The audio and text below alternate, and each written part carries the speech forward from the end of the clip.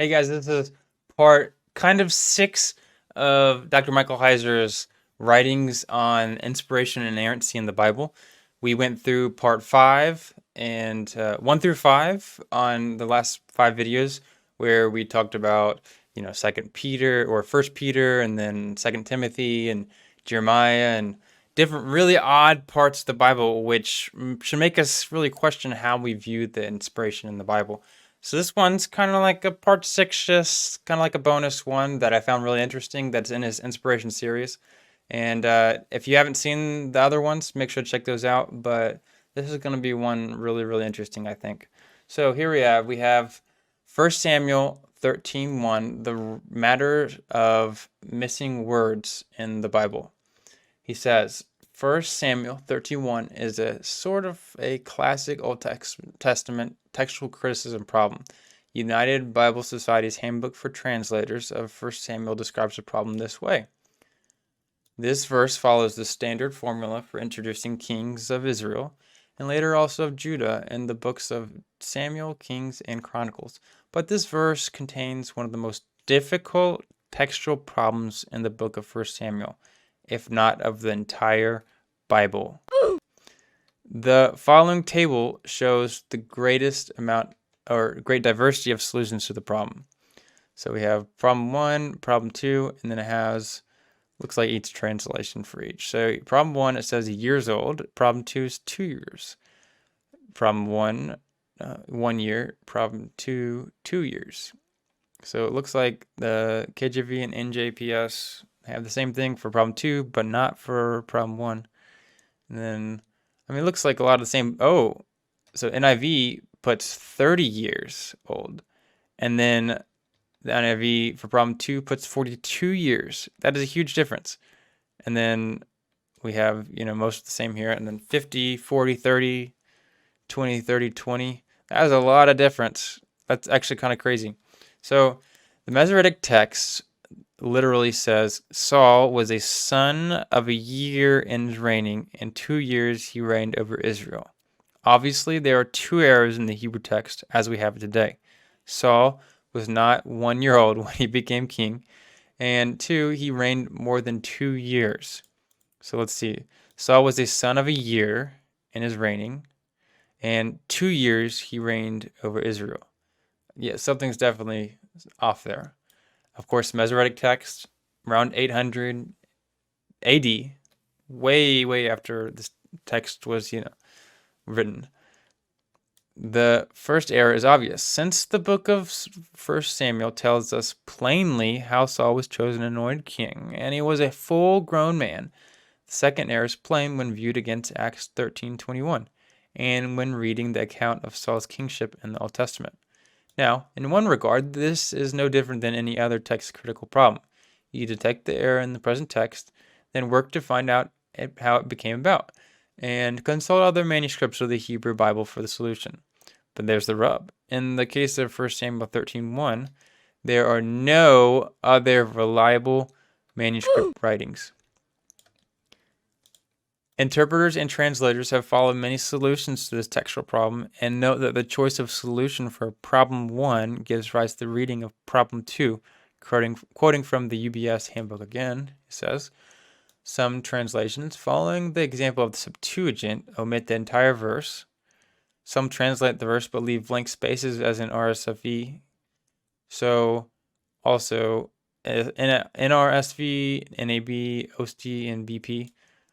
Others leave only the first number blank. Interesting. So followed the first century Jewish historian Josephus in Acts 13:21, which is, first century-ish, and claimed that Saul ruled for about 40 years.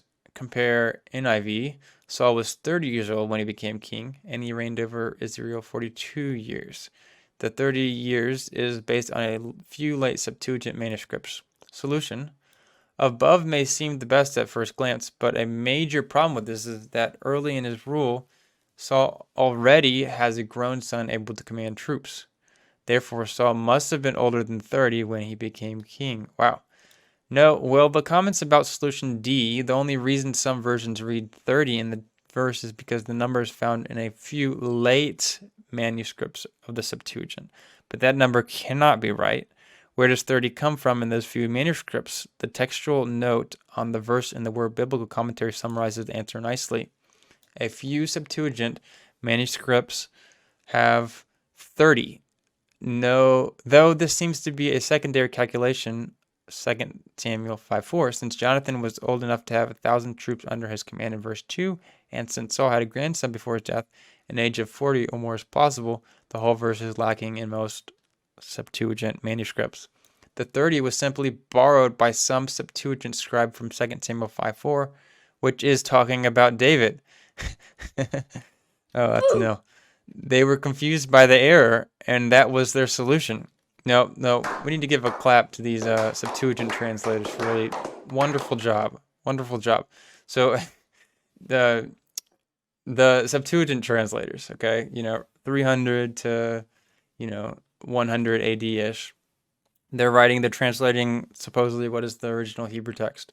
And it's really fascinating when you come across scholars who they don't really respect the Septuagint very highly, and the reason is it's because of things like this, where they mess up, they get the wrong date, and because they're reading the wrong text. That's hilarious. The textual reality as it stands today is that the number is lost. We just don't have any manuscript evidence for a coherent reading.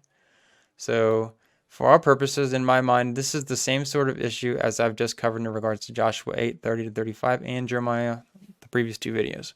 I'd approach it the same way with respect to inspiration.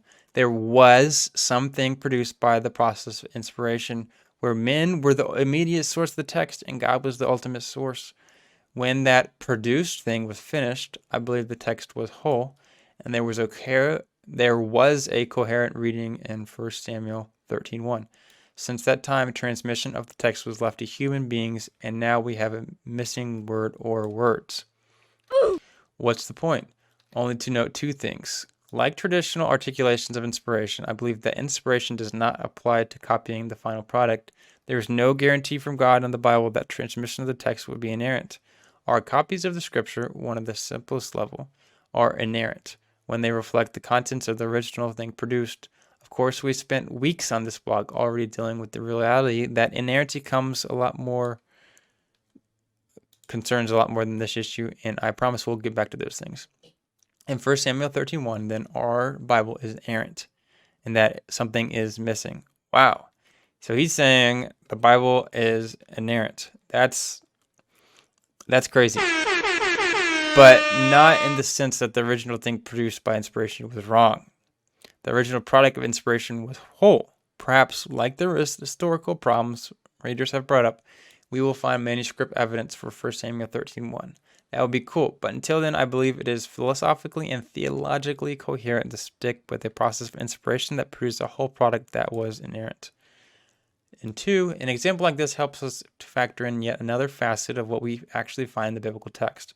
When we get back to inerrancy, we'll have to return here and pick this up as part of trying to find a definition that works. Then he has his citations.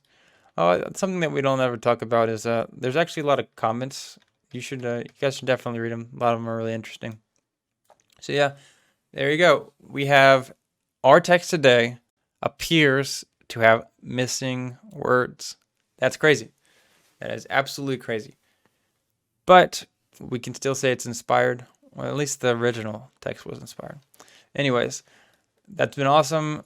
I hope you guys, make sure to check out the other videos too. If you enjoyed this one, make sure to like and subscribe so that I can continue to give you guys the content that you guys want. I hope you guys have a great rest of your day.